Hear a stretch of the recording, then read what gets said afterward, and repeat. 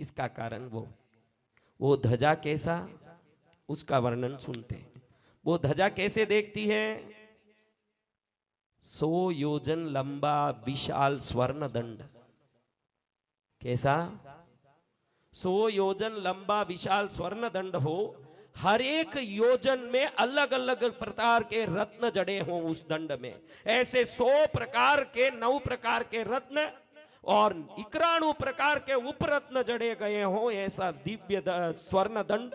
उस दंड के हर एक योजन में एक एक वलय लगे हों और उसमें बारीक बारीक घंटियां लटकाई गई हो। वो हवा में स्वर्ण दंड के घंटियों के लहराने से जो घंटियों का नाद हो रहा है, ये नाद भूलोक में ही नहीं पाताल और आकाश तक पहुंचता हो, ऐसा दिव्य नाद वाला। और उसके ऊपर जो मणिमय पताका लगा है, पताका के नीचे दिव्य स्वर्ण जरी का एक लंबी ध्वजा जो 91 योजन लंबा हो, जो ध्वजा ऊपर से फरकते हुए हवा में पूरे विश्व के लोगों को आह्वाहित करते हुए कि त्रैलोक्यनाथ के धर्म उपदेश ना सुन के अपने जीवन को धन्य बनाओ, ऐसे आमंत्रित करता हुआ पंचवर्णीय दिव्य ध्वजा। जिस ध्वजा के बीच में नंद्यावर्त, ऊपर सिद्धशिला और नीचे अनेक प्रकार के दिव्य मोक्षगामी मंत्रों के साधना के बारे में लिखा हो, ऐसे दिव्य ध्वजा को फरकाते हुए भगवती त्रिशला देखती है।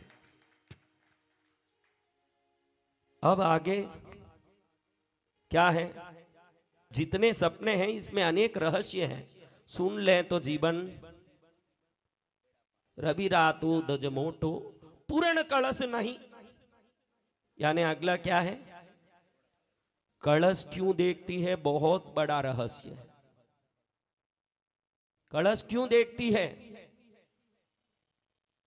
कलश पहला तो भरा होता है, पूर्णत्व प्राप्ति का सिंगल है ये। दूसरा, पानी की 3 अवस्था है। ये कलश में पानी भर लो, आपने कभी नहीं सोचा होगा कि ये पानी की इतनी महिमा है।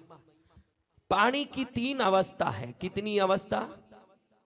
पहली जड़ अवस्था, हिमालय से गंगा निकलती है तो पहले बर्फ के रूप में है, पहले जड़ अवस्था। क्या अवस्था? फिर चैतन्य अवस्था, पिघल जाता है तो क्या बनता है? बोलो माता। अगर वो पिघल जाता है तो क्या बनता है?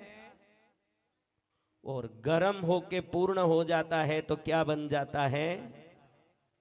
तो संसार में जड़ अवस्था में रहने वालों को, पहले जड़ अवस्था में रहने वाले अबोध प्राणियों को अपने धर्म उपदेश से चैतन्य अवस्था देके बाद में सिद्ध अवस्था देने वाले परमात्मा का जन्म होने वाला है, ये बताने के लिए भगवती त्रिशला पूर्ण कलश देखती है। यानी पहले बर्फ जैसे, फिर पानी जैसे, फिर बाफ जैसे बने, वही आत्मा की गति है। पहले अबोध रहो, फिर बोधत्व भी प्राप्त करो, फिर सिद्धत्व प्राप्त करो।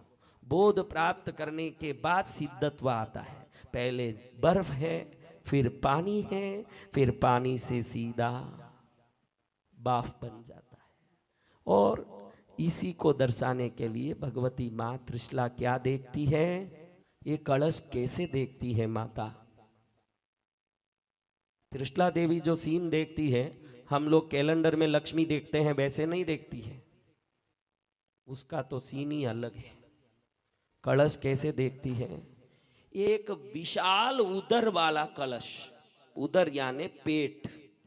कलश का पेट कितना बड़ा? उस कलश के अंदर 5000 हाथियों को छोड़ दिया जाए तो आराम से वो विचरण करते रहे, ऐसा उदर वाला कलश, जिसमें गंगा जमुना का यानी स्वर्ण और रूपा का काम नक्शी से बाहर किया हो। उस नक्शी में विविध प्रकार के धर्म के संकेत दिए गए हों और कलश का ऊपरी भाग ऐसे खुला मुंह वाला है, विश्व में अनेकांत धर्म को, एकांती धर्म तो बहुत पैदा हुए हैं कि यही सच है, यही सच है, सत्य कहीं भी हो सकता है और सत्य कहीं से भी हो उसको स्वीकृत करो, ऐसे कहने वाले अगर कोई प्रणेता हुए तो सिर्फ महावीर हुए हैं, बाकी सब हटाग्रही है। मेरा धर्म ही सच्चा, मेरा धर्म ही सच्चा। महावीर ने ऐसे नहीं बोला मेरा धर्म सच्चा। तत्व जहां भी सत्य है ग्रहण करने योग्य है। अनेकांत धर्म के प्रणेता भगवान विस्तृत रूप से धर्म को समझाएंगे, ये बताने के लिए उधर से विस्तार मुंह वाला कलश, उसके ऊपर सुंदर ढक्कन, ढक्कन में झालर लगे हों और झालर में घुंघरू लगे हों और अंदर सुंदर जल भरा हो गुलाब का, जिसमें अनेक प्रकार के सफेद सरसों, सुपारी, रत्न, स्वर्ण, चांदी आदि पंच धातु डाला हुआ, अत्तर आदि डाले हुए दिव्य सुगंधी जल से भरा हुआ कलश, जिस कलश के अंदर 3 क्षीरोदधि सागर यानी 3 क्षीर सागर उस कलश में भर जाएं, ऐसे दिव्य कलश की त्रिशला देवी दर्शन करती है। पद्म सरोवर क्यों देखती है? कारण बताते हैं, फिर सरोवर का हम यहां वर्णन करेंगे। अभी साथ साथ कर रहा हूं दोनों, क्योंकि बाद में टाइम आपको नहीं रहेगा।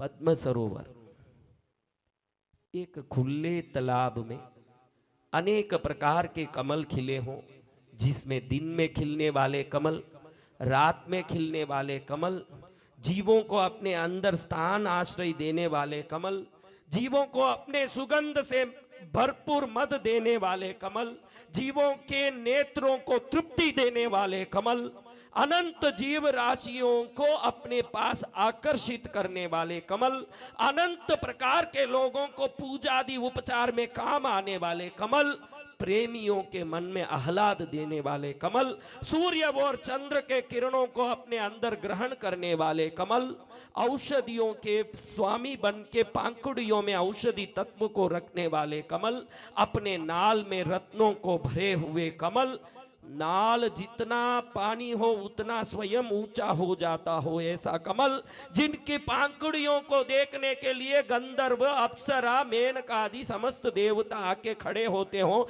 ऐसे सौंदर्य के स्वामी के रूप में खिले हुए कमलों को भगवती त्रिशला देवी देखती है। ये सरोवर में कमल इसलिए देखती है कि उनके कुक्षी में अवतरित होने वाले परमात्मा जहां भी विचरण करेंगे वो कदम रखने के पहले 9 कमल खिलते जाएंगे। ऐसे अनंत कमलों पर पद संचार करने वाले परमात्मा का जन्म होने वाला है, ये बताने के लिए दिव्य पुष्प कमलों का पद्म सरोवर का दर्शन कौन करती है? क्षीर समुद्र। क्या समुद्र? समुद्र में क्या होते हैं? अनंत प्रकार के रत्न। तो समुद्र को मां क्यों देखती है? क्यों देखती है?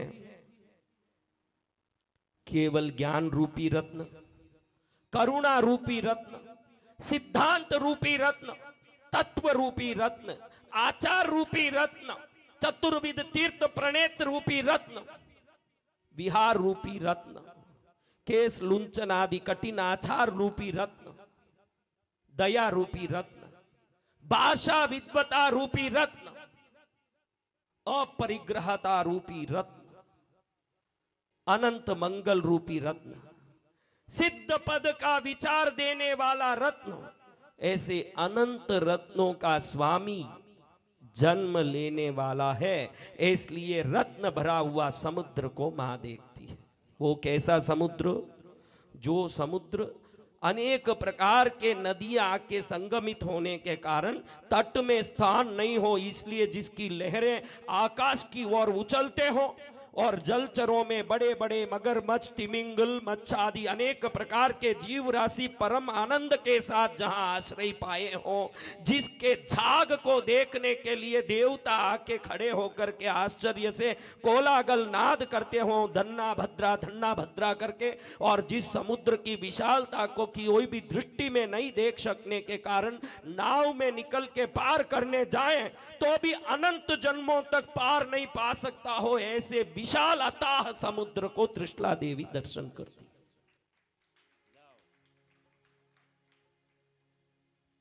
क्यों? रत्नों के स्वामी जन्म लेने वाले। जैसे समुद्र रत्नों का आश्रय दाता है, वैसे सिद्धांतों के आश्रय दाता का जन्म होने वाला है। ये बताने के लिए मां क्या देखती है? क्या देखती है? अब आगे भाई, देव विमान। त्रिशला माता पुंडरीक विमान देखती है। नरक से आए हो तो भवन देखते हैं, इधर माता पुंडरीक विमान देखती है। विमान देखने का कारण, वैमानिक देवता भी जिनके चरण में नतमस्तक होंगे, तेरा पुत्र ऐसा होगा, ये दर्शाने के लिए विमान देखती है माता। आज आपने पहली बार सपनों के आने का कारण समझा होगा, मुझे तो ऐसे ही लगता है। सपने तो बहुत सुने हैं, लेकिन क्यों आते हैं ये हमारे में समझ, खाली सुन सुन के खुश हुए आते हैं। क्यों आते हैं? वैमानिक देवता भी जिनके चरण में नतमस्तक होंगे, ऐसे परमात्मा का जन्म होने वाला है, ये बताने के लिए माता क्या देखती है? देव विमान। वो विमान कैसा? आगे उसका वर्णन, शक्र जब रवाना होगा भगवान के जन्म के समय, उस समय आएगा, तब मैं आपको वो विस्तार से बताऊंगा कि वो विमान कैसा। आगे, रत्न की राशि। क्या चीज? रत्नों की राशि। अब परमात्मा का समोसरण रजत कोष्ठ, स्वर्ण कोष्ठ, स्वर्ण रत्नमय कोष्ठ वाला है। बाहर का चांदी का कोटा, बाद में स्वर्णमय कोटा, अंदर रत्न स्वर्णमय कोटा। तो ऐसे रत्नमय कोष्ठ में, रत्नों के गढ़ में बैठ के देश ना देने वाले परमात्मा अवतरित होने वाले हैं, ये बताने के लिए रत्नों की राशि देखती है त्रिशला देवी। क्या कारण? प्रभु सदा बैठने वाले हैं रत्नों के गढ़ में, हम तो ढिगड़ों के गढ़ में बैठे हैं। ये मट्टी का गढ़ है। ये क्या गढ़ है? और ये गढ़ क्या है? ये मट्टी का गढ़ है। और परमात्मा किस में बैठते हैं? इसलिए अपनी माता मट्टियों का ढिगड़ा ही देखती है। क्यों? अपना जन्म ही ऐसा है। हम कैसे जन्मे, देखो मट्टियों के ढिगले में बैठे हैं। और परमात्मा कहाँ बैठते हैं? रत्नों के गढ़ में। जो रत्नों के गढ़ में जन्मे, ऐसे प्रभु को एक बार नमस्कार करो। आगे, अग्निशिखा नहीं, निर्धूम अग्नि। क्या? धुआं रहित अग्नि। जिस धर्म में कभी कोई धुआं यानी पाप, धुआं का अर्थ क्या है? कोई दो जन बात करते हो और ये कहता हो जरूर वहां कोई धुआं है, यानी कुछ गड़बड़। तो जिसके धर्म में कभी पाप नहीं हो, जिनके सिद्धांतों में कोई कपट नहीं हो, कोई पूजा विधि, कोई प्रकार की आराधना नहीं हो, जिनका धर्म मात्र अहिंसा और करुणा और दया हो, ऐसे दया और करुणा और अहिंसा कोई जिन्होंने धर्म बनाया, जिस धर्म में कभी धुआं ही नहीं हो, निश्चल अग्नि मात्र हो प्रज्वलित तेजस्वी, ऐसे धर्म का प्राकट्य कारक श्री भगवान का जन्म होने वाला है, ये बताने के लिए निर्धूम अग्नि त्रिशला देवी देखती है। वो अग्नि कैसा? वो कैसे देखती है? विशाल कुंड हो, उस कुंड में निरंतर घी और शहद सिंचित किए जाते हो। घी जिस अग्नि में डाला जाता है वो अग्नि सफेद होगा, तेल जिस अग्नि में डाला जाता है वो अग्नि लाल होगा, शहद जिस अग्नि में डाला जाता है वो पीत होगा। तो पीत और श्वेत अग्नि एकदम उज्जवल होकर के आकाश की ओर लपकते हो, और आकाश के बादल ऐसे सोचते हो कि ये भी हमारा ही सखा है, ऐसा सोच के उसको पकड़ने के लिए नीचे लपकते हो। ऐसे बादल और अग्नि का संगम होता हो, इस प्रकार का विशाल अग्नि कुंड को भगवती त्रिशला देखती है। इस प्रकार से माता कितने स्वप्न देखी।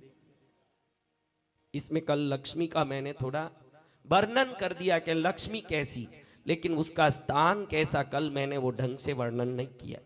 हिमवंत पर्वत नाम का क्षेत्र है। क्या? हिमवंत पर्वत नाम का दिव्य क्षेत्र है जो 100 योजन चौड़ा, 1052 16 कला योजन लंबा, उसमें मध्य में 100 योजन चौड़ा और 1000 योजन लंबा पद्मद्रह नाम का सरोवर है। उसमें 10 योजन लंबा एक नाल वाला 2 योजन चौड़ा कमल खिला हुआ है। इस नाल का मूल, पद्म नाल का मूल वज्र रत्न से, मध्य भाग रिष्ट रत्न से और अंतिम भाग नील रत्न से बना हुआ है। इस माल के चारों तरफ बीच में 2 कोश चौड़ा, कितना? 1 कोश लंबा एक भवन बना है।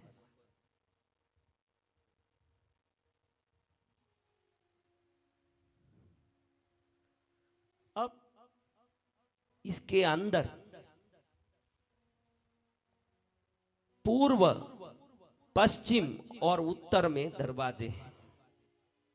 ये दरवाजे 1444 धनुष जितने चौड़े और लंबे, और इन दरवाजों के अंदर प्रवेश करो तो मध्य में एक विशाल कमल खिला है। बराबर सुनना आप, मध्य में एक विशाल कमल खिला है जहां लक्ष्मी देवी का निवास है। इसमें 1,08,000 दिव्य स्वर्णमय पांखुड़ियां हैं। एक एक पांखुड़ियों में इस तरफ खड़े हो जाएं और उस तरफ कोई जोर से दौड़ने लगे तो वो दौड़ पूरा करके उस तरफ पहुंचने के लिए 4000 वर्ष लगते हो। इतने लंबे लंबे पांखुड़ियों वाला कमल हो, और उसके चारों तरफ 108 स्वर्ण कमल गोलाकार में खिले हो, जिसमें लक्ष्मी देवी के पहनने योग्य आभूषणों की पेटियां रखी हो, जिनकी संख्या को तारा को गिनने वाला भी नहीं गिन सकता हो। इतनी पेटियां उस 108 कमल में रखी हुई हो। उसके बाहर के पर्षदा में वायव्य कोण में, उत्तर कोण में और ईशान कोण में 4000 कमल सामानिक देवताओं के हों। 4 कमल पूर्व दिशा में खिले हों जो मुख्य नायकों के हों। अग्नि कोण में 8000 कमल पर्षदा के देवताओं के हों। 10,000 कमल इस तरफ अभ्यंतर देवताओं के यम दक्षिण दिशा में खिले हों। 12,000 कमल नैऋत्य दिशा में खिले हों जो पर्षदा के देवता हों।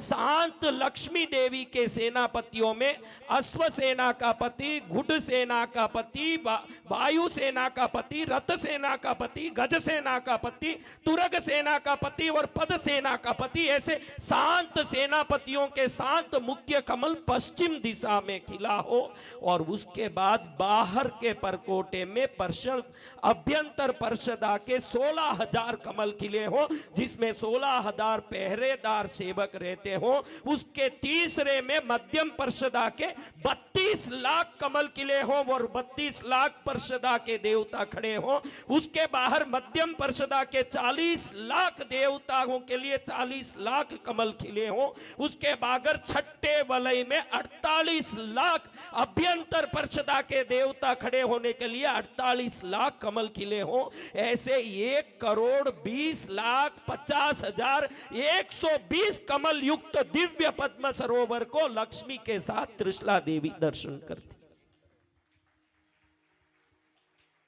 1,20,50,120। मैं बोला जो सब गिनोगे तो इतने आएंगे। बीच का कमल, 108 आभूषण के कमल, वायव्य दिशा, उत्तर दिशा और ईशान दिशा के 4000 सामानिक देवों के कमल, 4 नायक देवों के कमल पूर्व दिशा में, 8000 अग्नि दिशा के कमल, 10,000 यम दिशा के कमल, 12,000 नैऋत्य दिशा के कमल, 7 सेनापतियों के 7 कमल, दूसरे तीसरे वलय के अंदर 16,000 अंग रक्षकों के कमल, अभ्यंतर परिषदा के 32 लाख कमल, मध्यम परिषदा के 40 लाख कमल, अभ्यंतर के बाहर परिषदा के 48 लाख कमल, कुल मिलाकर के 1,20,50,000 और 120 कमल युक्त दिव्य पद्म सरोवर। आप सोचते हो कि त्रिशला देवी देखी होगी, कोई यूं लक्ष्मी बैठ गई होगी ना, यूं यूं बैठी होगी। अरे लक्ष्मी का वैभव समझ लो तो वो लक्ष्मी भी जिनके चरण में आके नमस्कार करती हो, ऐसे परमात्मा का वैभव अपने आप में ही मालूम पड़ जाता है। आप लक्ष्मी के दास हो, लक्ष्मी परमात्मा की दासी है। समझ गए? ये दृश्य का ध्यान करो कि 1,20,50,000 120 कमल खिले हिमवंत नाम के पर्वत के मध्य में। वो भवन कितना विशाल है जिसमें ये माहौल है, तो वो लक्ष्मी कैसी? 108 कमल जो उसके चारों तरफ घेरे हुए हैं वर्तुलाकार में, उसमें सिर्फ आभूषण है। आभूषणों को रखने के लिए अलग कमल, इसलिए पुंडरीक मध्यपुर निवासिनी लक्ष्मी का नाम है। पुंडरीक मध्यपुर, पुंडरीक यानी कमल, कमल के मध्य में निवास करने वाली। कमल के ऊपर तो है ही, लेकिन चारों तरफ भी क्या है? सिर्फ कमल ही है। इसीलिए लक्ष्मी को क्या प्रिय है? ऐसी लक्ष्मी कैसी है? 2 हाथों में भी कमल ही ली हुई है। क्या?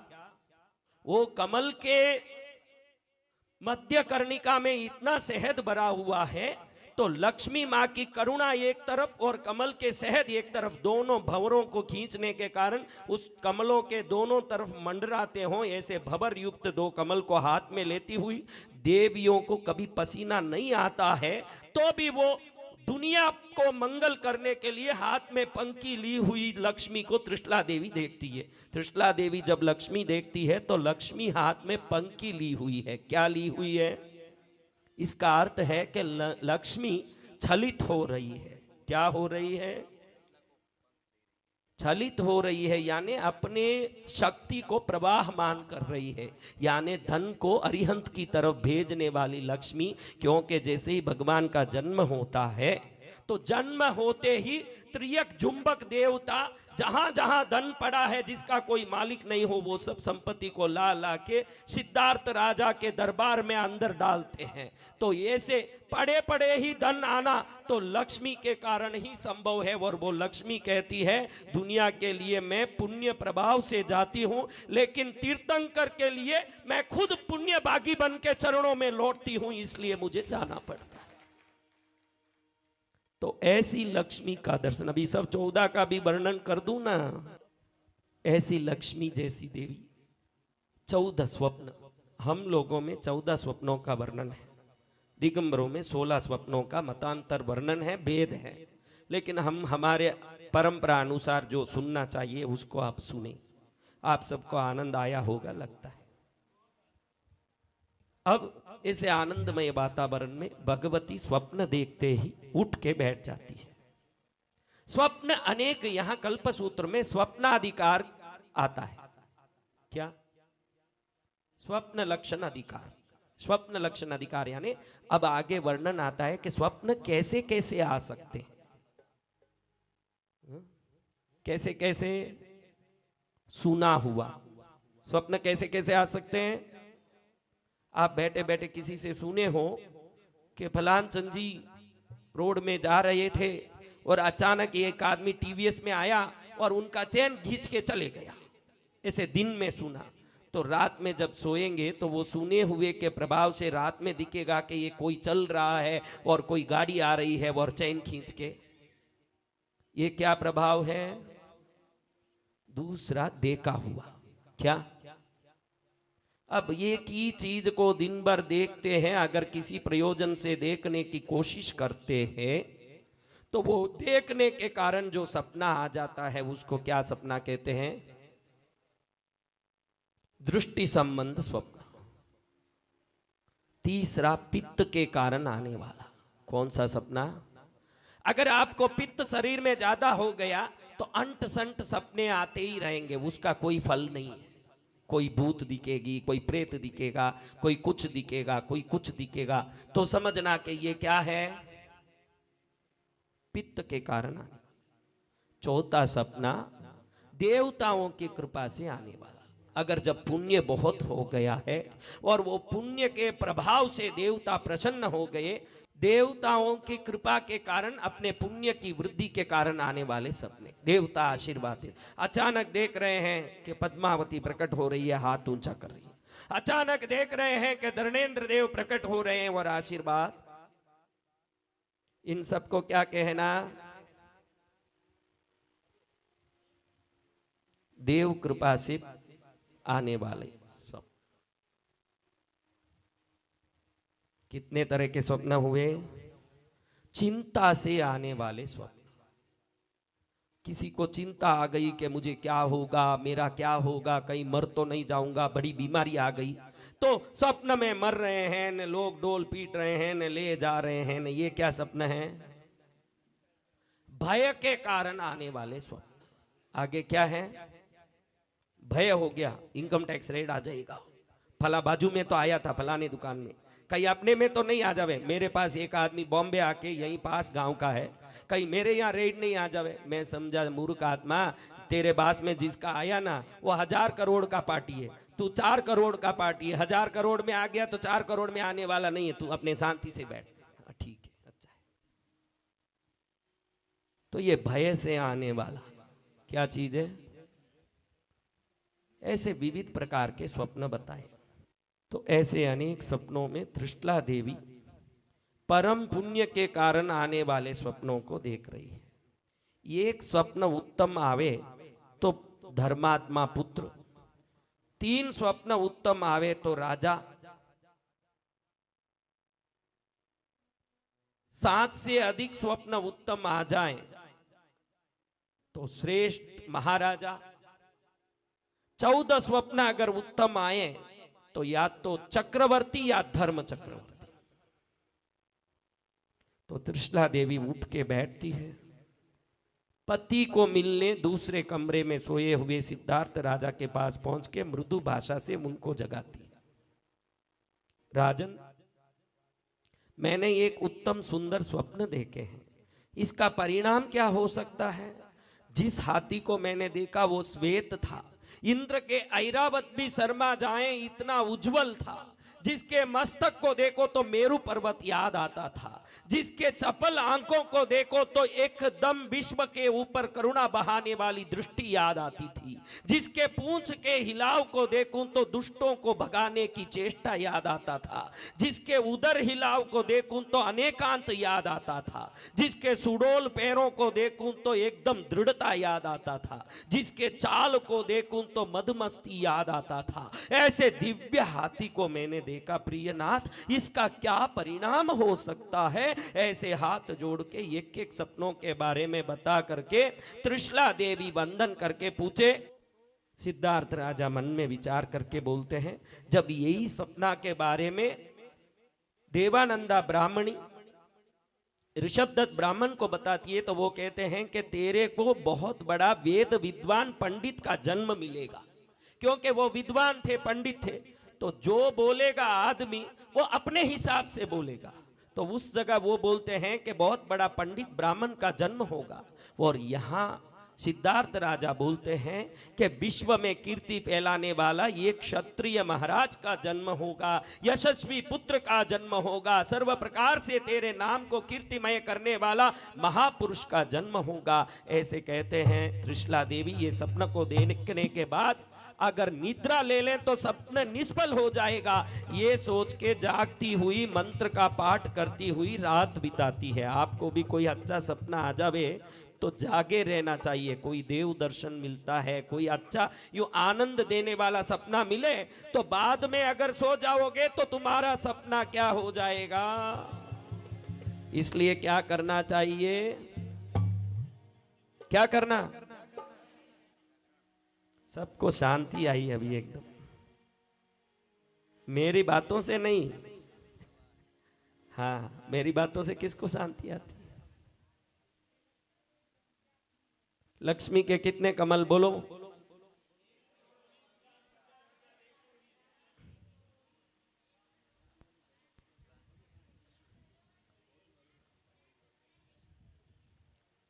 मेरे जो इस पर्यूषण में जितने आराधक आए हैं सबके सब विद्वान हैं, जोरदार अनुमोदना करना है। बजाओ भाई, ताली बजाओ। अब दिन हुआ, राजा व्यायामशाला में जाके पाक मर्दन, चर्म मर्दन, रोम मर्दन के उपयोगी वस्तुओं से मर्दन कराते हुए, पाक मर्दन यानी जो वस्तु शरीर के अंदर जाके खून, मज्जा और मांस को पुष्ट करता हो, ऐसे तेल को पहले रगड़ते हैं स्नान गृह में व्यायाम करने के बाद में चर्म मर्दन, चमड़ी एकदम चमक जाए, फिर रोमों में कोई प्रकार का व्याधि नहीं हो, रोम मर्दन, पहले पाक मर्दन, फिर चर्म मर्दन, फिर रोम मर्दन करा के एकदम सुगंधी जल से नहा धो के उत्तम आभूषण वस्त्र आदि पहन के राज दरबार में प्रवेश करके अपने कुटुंबिक पुरुषों को, इसमें कल्पसूत्र में बताया है, सिद्धार्थ राजा इतने योग्य और सदाचारी थे, अपने नौकरों को कभी नौकर नहीं कहते थे। कल्पसूत्र में वर्णन आप भी सीखने जैसा है। आनंद भाई जैसे जो बड़े लोग, जो भी बहुत सारे नौकर लेके बैठे हो, आपको मैं आज इस बहाने एक छोटा सा निवेदन करता हूं, हाथ जोड़ के, आज से कभी अपने जितने नीचे काम करते हैं उनको नौकर मत कहना, ऐसे कहना ये मेरे कुटुंबिक जन हैं। क्या कहना? मेरे कुटुंबिक जन हैं। नौकरों को घड़ी घड़ी ये मेरा नौकर है, ये मेरा नौकर है कहना भी हीन कुल में जन्म लेने के दुर्गति का कारण बनता है। आप किसी को घड़ी घड़ी बोलोगे कि ये मेरा नौकर है, ये मेरा नौकर है, यानी आप अपने आप को मालिक पना दर्शाते हो, तो जरूर कभी ना कभी एक जन्म में नौकर बन के ही आपको वो कर्म को समाप्त करने पड़ेंगे। तो कल्पसूत्र में सुंदर वर्णन है कि सिद्धार्थ राजा कहते थे कि मेरे जितने मंत्री, पदाधिकारी, सेनापति, काम वाले, सिपाही, चावर बोलने वाले, पंखी झेलने वाले, अन्य जितने पारिवारिक लोग हैं, ये सब मेरे कुटुंबिक जन हैं। तो दरबार में बैठ के कहते हैं कि मेरे कुटुंबिक जनों को बुलाओ। क्या कहते हैं? वो सब समझते हैं उसका अर्थ क्या है। आप तो बोलो कि कुटुंबिक जनों को बुलाओ, आप बोलोगे तो तुरंत आपकी पत्नी बेटे को या बेटी को ढूंढेगी, क्योंकि आपका लक्षण ही ऐसे है, आपके शब्दों का उपयोग ही ऐसा है। आप नौकर को अलग कर दिए ना, घर को अलग कर दिए। नौकर को भी घर वाला समझोगे और वो ज्यादा वफादार बन के काम करेगा कि इनमें इतना प्रेम है तो मैं भी प्रेम देना चाहिए।